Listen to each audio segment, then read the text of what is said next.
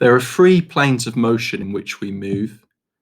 These planes of motion are known as the sagittal plane, the frontal plane, and the transverse plane. The sagittal plane splits the body down the middle, resulting in a left side and a right side. Moving within the sagittal plane will result in forwards or backwards motion, such as walking or running. The frontal plane splits the body so that there are front and back sections. This allows sideways movement to the left and the right. The transverse plane divides the body across the middle, giving a top section and a bottom section. This allows rotational movement, for example, a person spinning around in a circle. Each plane of motion works alongside an axis of rotation. This will allow specific movements to take place.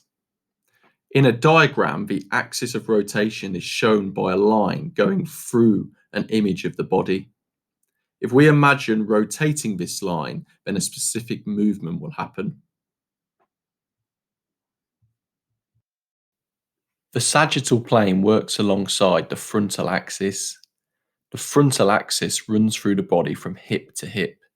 If we were to rotate around the frontal axis, then a forward roll, backwards roll, or somersault would occur.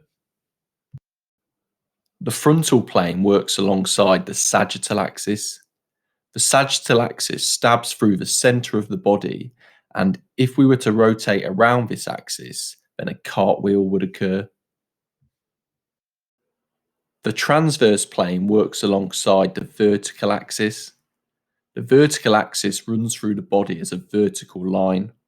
If we were to rotate around the vertical axis, then spinning would occur. A hammer throw or a twist jump in ice skating are examples of sporting actions that take place around the vertical axis. This topic can appear difficult to begin with, but there really isn't much to it. If you can learn the information on the screen now, then you can answer any question on planes and axes.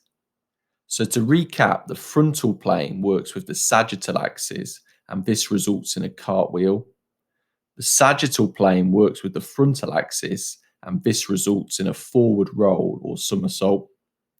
The transverse plane works with the vertical axis, and this results in a twist jump.